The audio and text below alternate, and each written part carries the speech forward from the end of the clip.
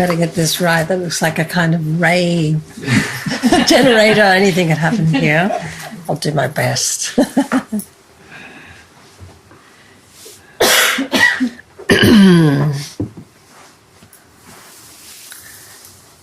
So, this project of becoming clear, becoming sane, waking up. In our tradition, we speak of waking up as, or in terms of, deepened intimacy.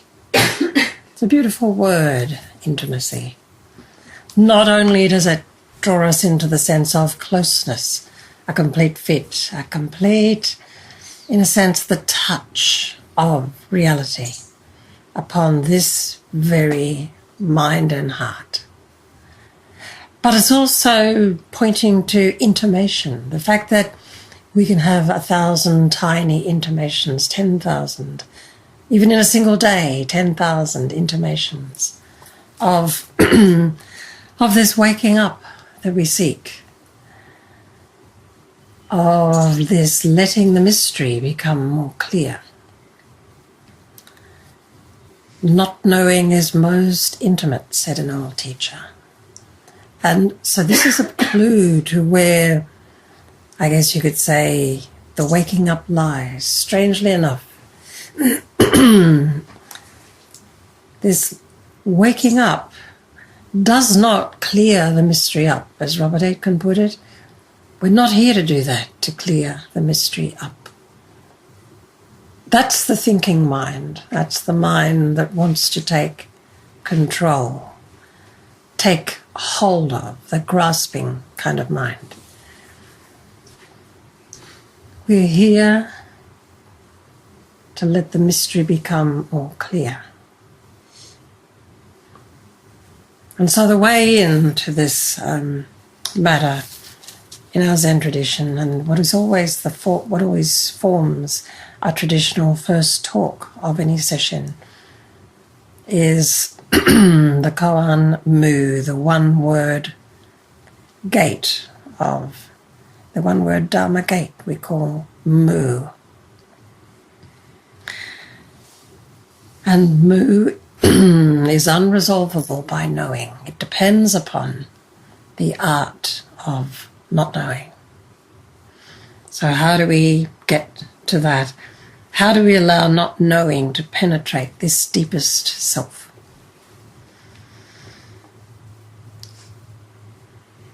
In the Jewish tradition, there is no word for God. It's inappropriate to try to limit the inconceivable with a word. Well, it's like that with mu, because mu does not have meaning. Yes, we can point to some of the sense that clusters around this one syllable, but it does not mean something. You know, emptiness itself is not a something. No thingness is not somethingness. It is no thingness that we open to. And so, just as the real cannot be limited, what we call real, what we call unassailably true and real, cannot be limited even by a word. So we call it mu. Or in Chinese, that syllable is wu. M-U, in Japanese, W-U, wu, in Chinese.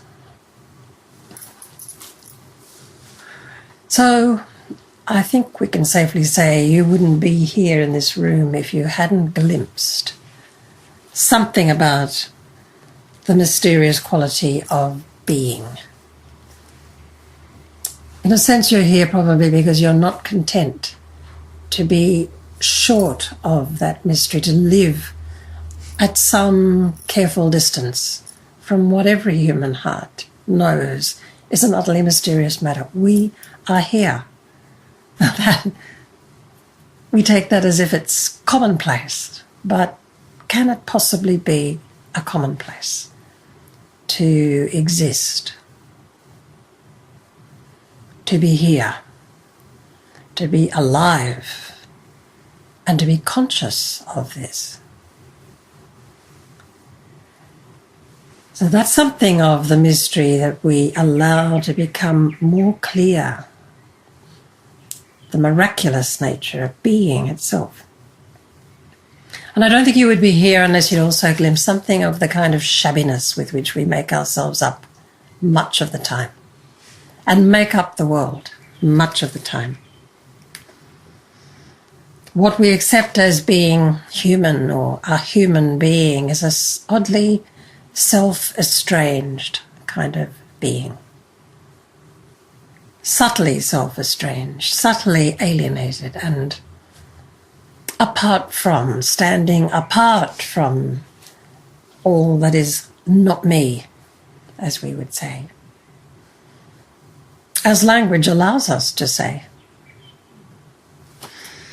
So there's quite a distance back, and yet it's no distance.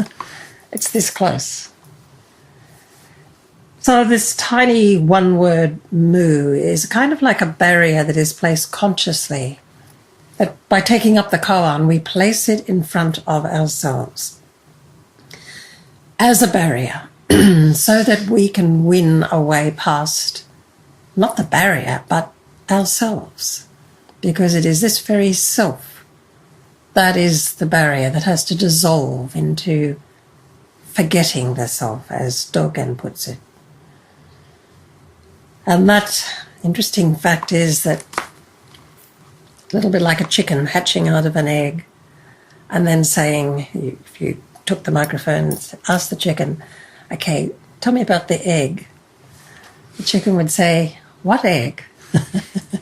What egg? What barrier? When it falls away, there's never was a barrier. And that's why it is sometimes called no barrier, which is partly to do with the fact that the word itself is ringed around by the sense of no, not, does not, is not, has not, non and un. It's like any way that you can unknow. Mu offers that as the right way, the way in. So the koan itself arose as a really just somebody recorded the live fact of, I guess you could say, a kind of encounter narrative, a moment when the old teacher Teisho, and I say that because we often say old teacher, but he was very old. He was somewhere between 80 and 120 years old when this encounter happened. There's something about Teisho and the fact that he was so old and so weathered in.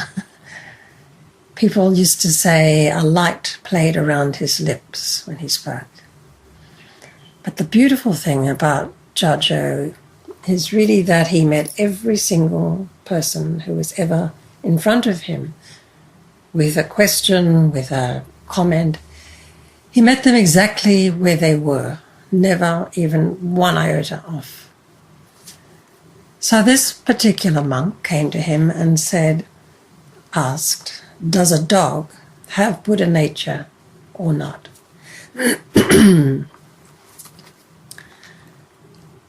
And Teisho responded with this moo, this no-thingness kind of matter.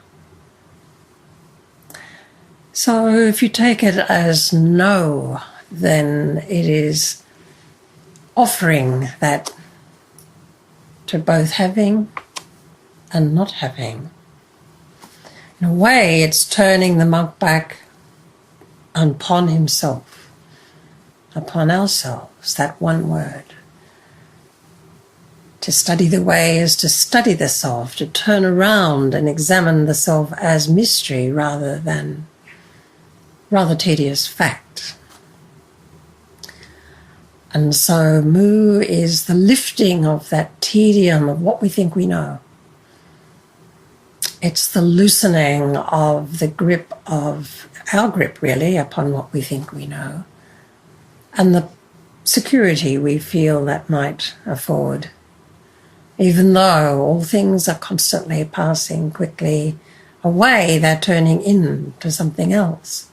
One thing becoming another. One endless flow of this. But the knowing seems to convince us that we have a bit of a grip on this utter flow. That's how funny we are. That's how strange we are.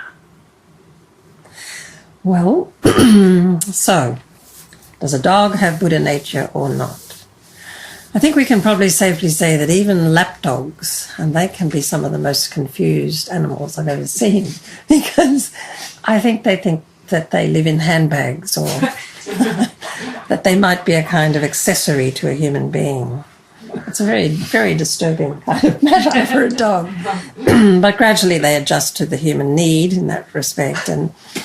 But even a lapdog, even a very confused lapdog, I think you can safely say, would not be troubled by a question of does a dog have Buddha nature or not. I mean, think of the way that creatures embody their self-nature with the completeness of someone who is reconciled, deeply reconciled, by the intelligence, I could say, of the very body of being, the body of each being that is. The intelligence of a dog, for example, is reconciled by the intelligence of this very body, a dog, to its mortality, to, at the same moment, the everlasting life of every moment. And I mean, if you ever watch a dog rush down the grass and fling, I'm thinking of my dog, fling himself onto his back in joy and rub all over in kind of dog ecstasy. That is an everlasting moment. It might be quick and it's timeless and vast. And it restores me as well every morning as I watch him. So what is that perfect fit or that complete and sane fit with circumstances? It is not knowing. It is not putting a preemptive knowing in front of this very moment of being. So I think we can safely put aside any existential anxiety we might have about dog self-nature. They fit. They belong in their hairy, sometimes itchy skins. They relish so freely. They love so completely. I remember seeing a great T-shirt once with the slogan on it that said, and some of you have heard this before, "One day I hope to become the person my dog believes I am."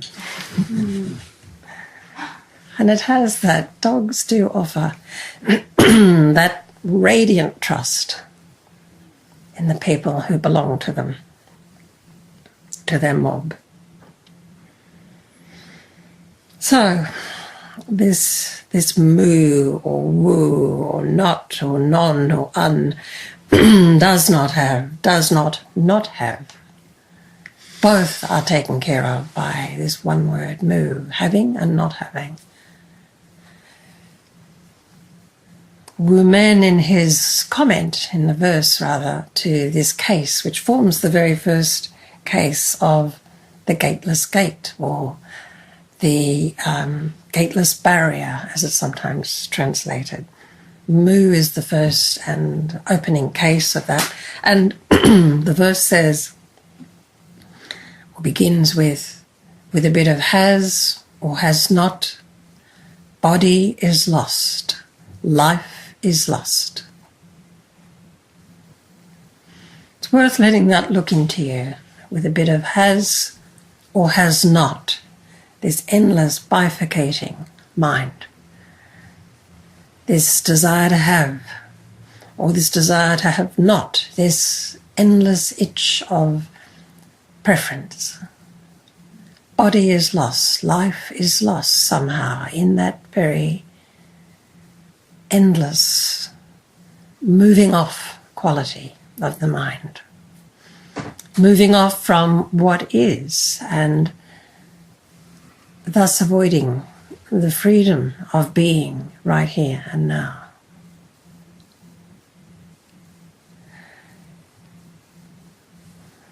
So this mu is pointing the way to holding up the barrier that falls away into a complete dropping away of all knowing, all preemptive knowing, all predigested life.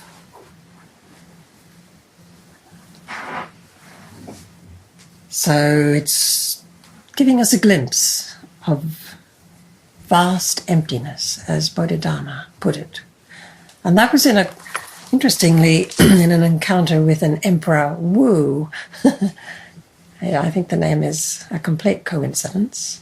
And the character probably points to something quite different to this no-thingness. By the way, at some point soon I'll probably need the light on. So in this particular moment, again, another encounter narrative, you might say. Bodhidharma, thank you. Bodhidharma,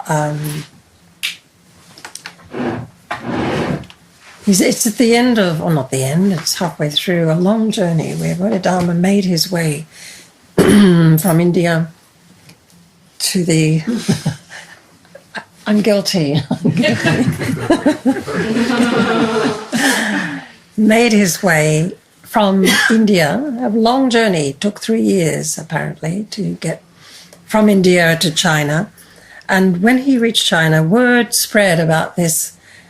Buddhism was already in China, but at this point, this kind of radical emptiness-based Chan Buddhism had not yet flowered, hadn't yet come into the world fully at all. Bodhidharma is taken to be the ancestor that is the link for Chan Buddhism, Zen, Chan, back to the Buddha, and back to, well, from India to China, the bridge that is so important to us.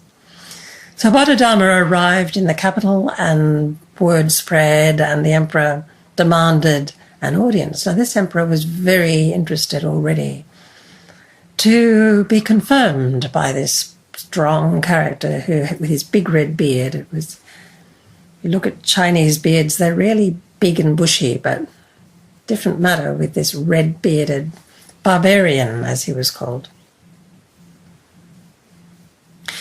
So he was summoned before an emperor who had donated massively to Buddhist temples and translations and libraries and monasteries. He was a really, actually rather interesting character. He even had a secret passageway from his palace through to a kind of very monastic setting near the palace, where he could live almost as a monk. He could sort of play being a monk for a while.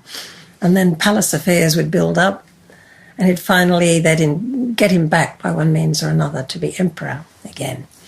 So he was sincere. However, you could say that this meeting is the place where we begin to see the difference between the mind that seeks to know, have, and grasp, and the mind that is like the open hand of thought, utterly open in all directions. So he's called before him and he asks, what is the first teaching of the whole, what is the first merit of virtue of the holy teaching? Expecting, of course, to hear dana, giving, because dana, of course, is the foundation of life itself. All life is complete giving and giving back. And dana is considered to be the first and most fundamental of the paramitas of the awake mind. He was expecting to hear dana, and he was expecting to be praised for the merit of all of his giving. But when he asked for the first virtue of the holy teaching, he received this response: vast emptiness, nothing holy. I hope you can feel the floor drop away when you hear those words. The emperor was startled and possibly taken aback, and he said, "Who is this person sitting before me?" It's like translated would be something like, "Who the bloody hell are you?"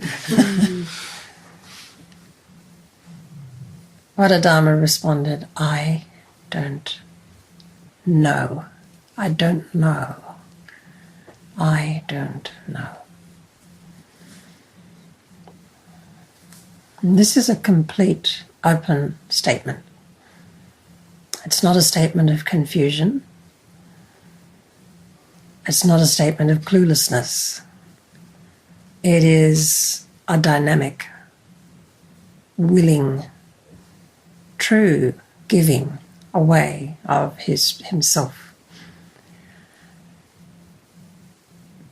In a sense, you could say it is a very compassionate move. When you don't know, I mean, think of the moments when you are most in touch with love. Are you in front of that at that moment, or have you dropped away in front of another being, in favour of, in the presence of? So this "I don't know" is a marvellous opportunity for this emperor. But they could not reach an accord, the record states. And Bodhidharma went away. In fact, mythically, in the mythic version of his story, he crossed the Yellow River on a single kind of sort of palm frond in some images. And he went north. He went up to Shaolin, up in the north, and he found an old temple, falling down temple, but even better than that, he found a cave behind the falling down temple. And that's where he sat, it is said, for 9 years, facing the wall. What is this wall that we face? It is this sense of, in a sense you could say, it is the no barrier that we are invited into by every moment of our zazen. To, in a sense, you're facing, the very coal face of yourself openly and without remit. You're just with this. And I hope you've had the experience of how much that can just open up into something like this vast emptiness. Nothing holy. Nothing holy because there's nothing outside this holy fact, nothing. So you cannot sort holy from unholy or profane. It's a very strong point in our practice. So when Jiao Zhou offers this mu, he's offering that same force of Bodhidharma's "I don't know." Vast emptiness, nothing holy. He's offering, in fact, to the monk, no dog, no monk, no Buddha nature. All of these are, I guess, what we put upon the face of the mystery. But it itself is not bothered by any of them. It itself has no need of Buddha nature.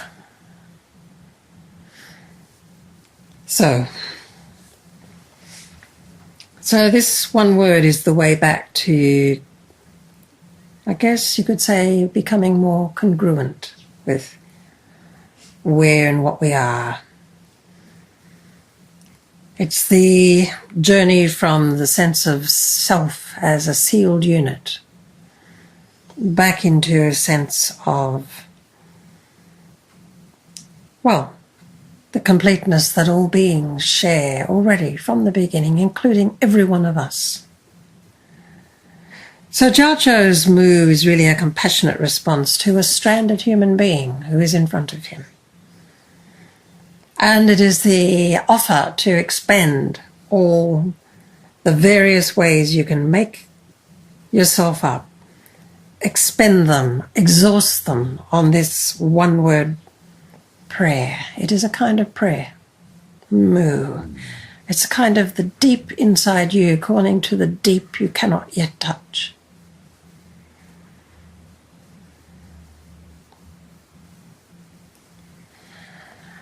So don't miss the compassion of this not knowing.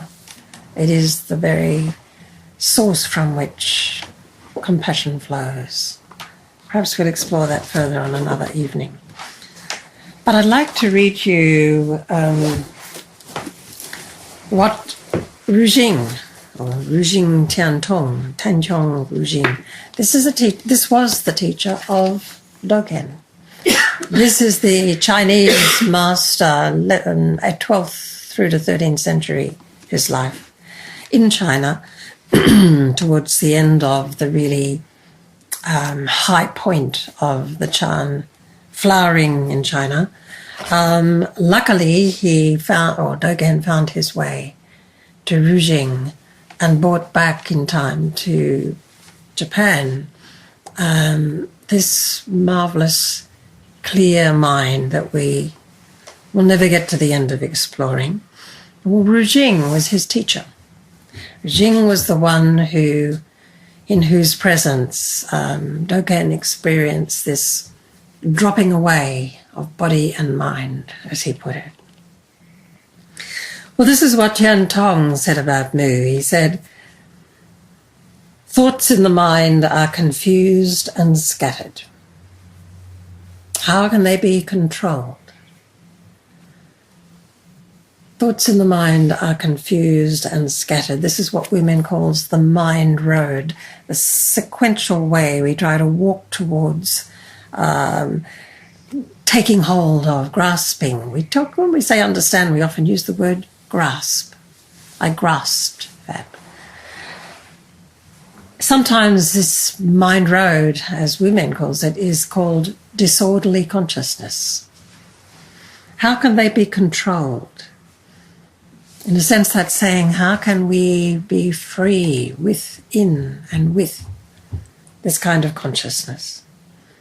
It goes on in the story about Jiaozhou, whether or not a dog has Buddha nature.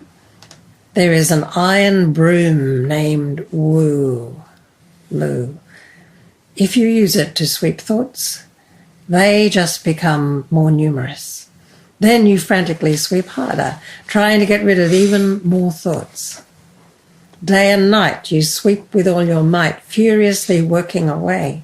All of a sudden, the broom breaks into vast emptiness, and you instantly penetrate the myriad differences and thousand variations of the universe.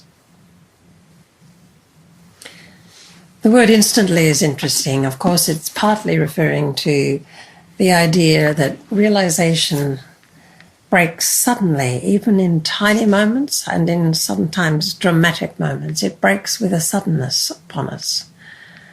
It is like a sudden infusion, a sudden opening experience is what it's often called. But it's also saying that in that moment, there is no sequence to anything. Instantly, everything is co-present, co-equal. That instantly is worth touching with your own experience. The mind that grasps is very much a sequential kind of process. Realization has no sequence. It's all at once. It's all at once. The completeness doesn't have parts. So I like the idea, the image of the great broom that breaks into vast emptiness. I've got a bit of an affection for brooms. I've got a great broom that a little old character, like a fairy story, came to the door one day selling brooms, beautiful brooms made out of real horsehair and things like that. And his name, of all things, was Mr. Moon. I've still got that broom. Some 25 years later, it still works absolutely perfectly. I'm thinking of calling it Woo. So it turns out that Mu points to this heart, the mind and heart of this one. It points to you yourself as the key. Remember, Dogen says to study the way is to study the self. That's where all openings open from. Partly because that is where all constriction lives and flourishes. So when you work with Mu, you become the kind of living embodiment of the tension, the creativity, and the complementarity, the complete complementarity of what the Heart Sutra calls emptiness and form and emptiness. So when Ruching says all the myriad, that's a way of saying 10,000, that's a way of saying endless number of vibrant manifestations of this extraordinary here where we find ourselves, when each of them completely are and completely reference this no separateness, no difference. The bright differences offer all of them, each of them, a deep glimpse of emptiness, the absence of separation, the emptiness of all separation. So we become this living embodiment. We live by prajna paramita. We live by the wisdom of emptiness. We live from it. We live up to it. We let it become the fount. It is already the very fount of all that is. We let it become the fount of us and our responses. And this process is endless. Realization, you might note, is a verb that never becomes a noun. Realizing, never stops.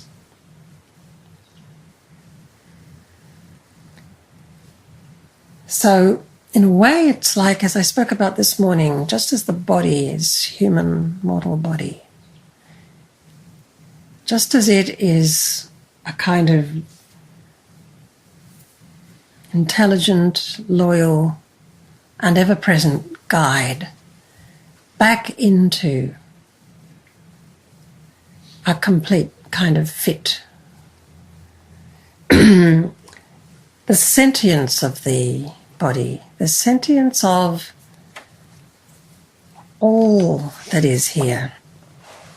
One of the things that becomes apparent as you walk this path is that there is no real limit to sentience. Buddhism speaks of sentient beings. Zen speaks of sentience,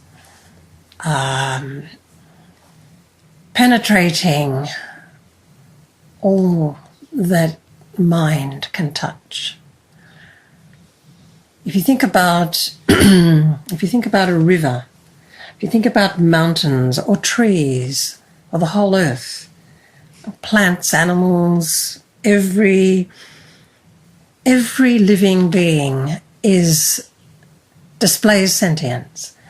There's more and more information that plants are exquisitely sentient, that their roots and fungal connections are like a neural network, like a mind. Well, that's a kind of arrogant human idea. They're like a mind. They are a mind. They are mind. And what dawns on you when you wake up, you wake up with everything. Everything wakes with you. And what comes to light in that is the realization that this, where we find ourselves, is not here to serve us. It's not here for us to manage or to do things with, to take from. It's very clear that we're here, as everything is here, to serve it, to serve the whole that is here. So one of the blessings of Mu is that it's a very humbling experience working with Mu. It is a way into humility. We have to win our sanity, in a sense almost against the grain of habit, the habitual way we hold ourselves in the world.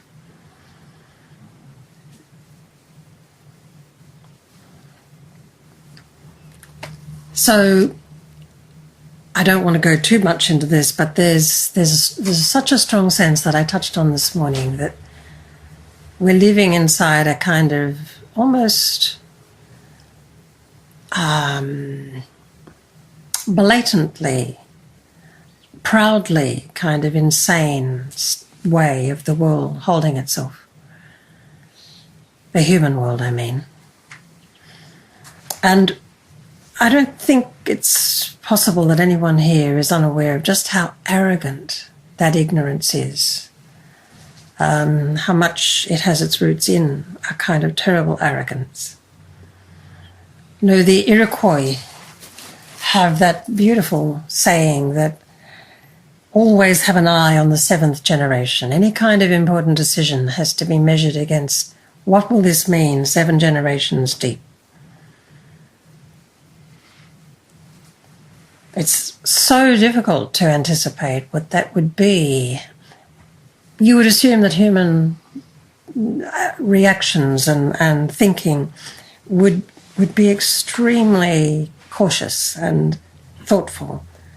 There's not many actions we can take that will pass that test, that we have confidence that this, for example, the use of plastics, will have no injurious effect 7 generations deep. We know already how profoundly injurious it is.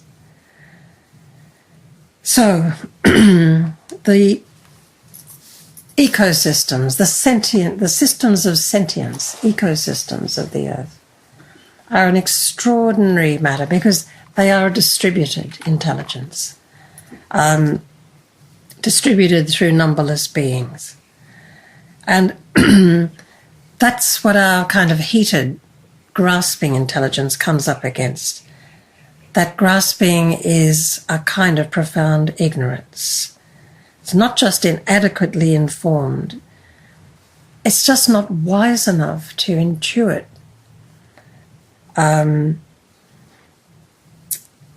just how vast and complex the system is. It's the systems that support life on Earth are beyond grasping, luckily. We cannot be adequately informed when we make these moves. So the humility that we're drawn into by this one word mu, this not knowing, this art form of not knowing, is a great tool, a great blessing, a great gift. So if we're not here to clear the mystery up, but to make the mystery clear, clearly that is going to be an unending kind of discovery. You could say that the way that we walk, we call it the way, is opened by this deep skill of not knowing. That is what continues to open up the wisdom of prajna paramita.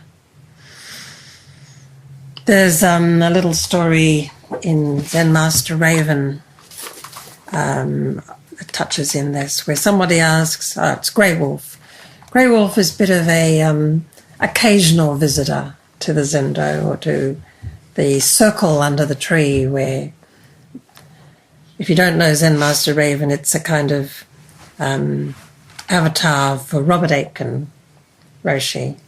And he created these little stories of Zen Master Raven, the Roshi, who losing a few of his top feathers and sits under an old juniper or cypress tree, I forget. Anyway, one day Grey Wolf made her one of her rare visits to the circle. And after a talk by Raven, she remarked, "The goal of practice seems to be just more practice." You can hear the kind of complaint in this. Raven bobbed his head. Well, even that response is lovely. Practice is the endless well we draw from. Grey Wolf hesitated and then asked, "So there's no end to it?" Raven hopped down from his perch to a little hummock beside Grey Wolf, put his beak to her ear and murmured, "Thank goodness." Thank goodness. So our practice is a kind of propitiation. I called Mu a one-word prayer. I risk that word because in fact we are, in a way, imploring or beseeching or propitiating our deepest selves when we work with Mu.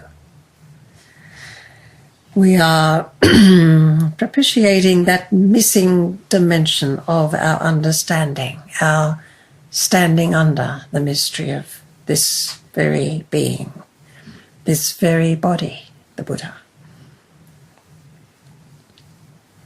We're really asking, can we come home from this alienated, subtly alienated place where we find ourselves stranded? Can we rejoin the reservoir of not knowing that is shared, freely, in a sense, revealed by every aspect of this amazing living world, and how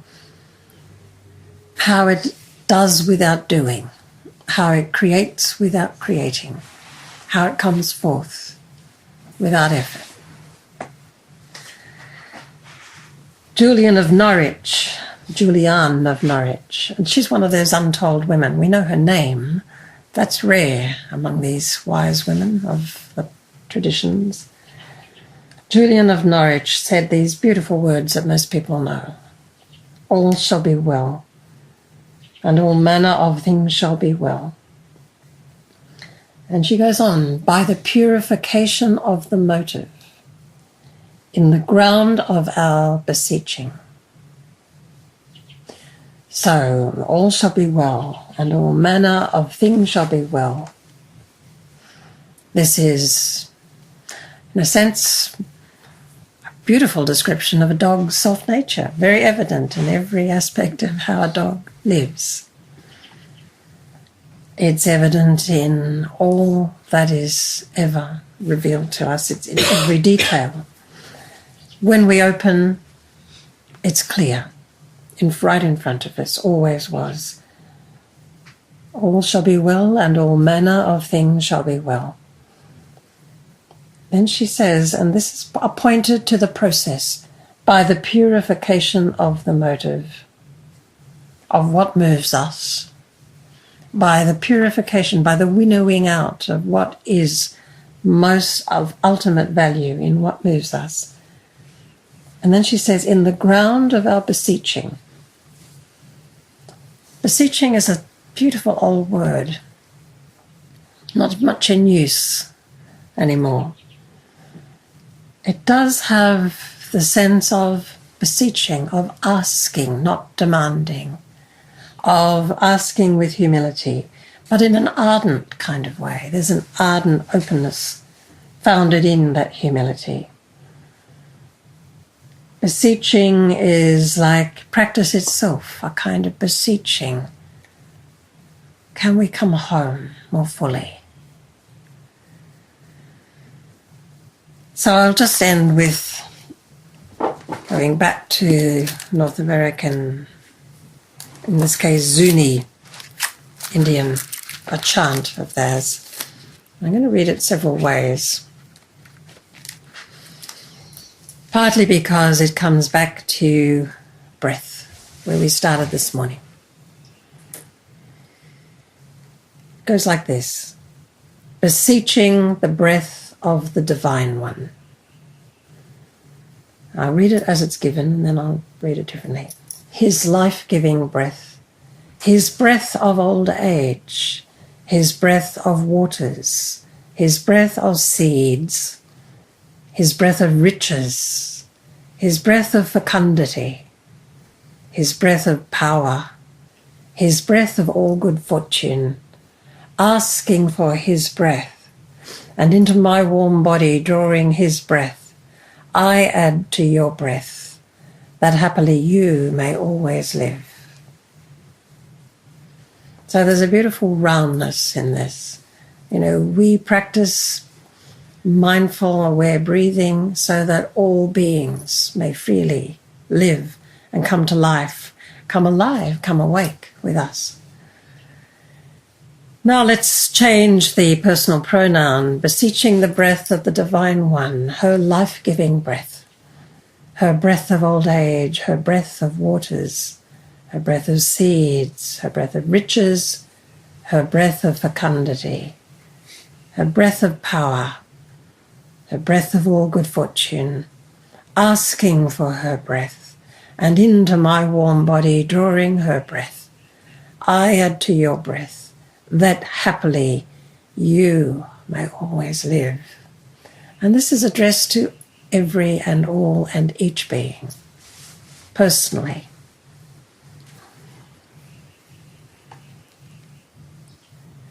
So her, his, it, its life-giving breath, its breath of old age, its breath of waters. This is an evocation, a calling up of the breath of the whole great earth. And it's so sort of warm body, you know, it's mammalian breath. It's where we are. It's who we are. And it is this circle of the breath. And it is a beseeching. Don't miss the power, the giving of the self away that is inside an ardent beseeching in your practice. It's not a standoffish, neutral, mechanical, or manipulative matter. It's a giving away of this very self, discovery of this very body, the Buddha. Thank you for your trouble.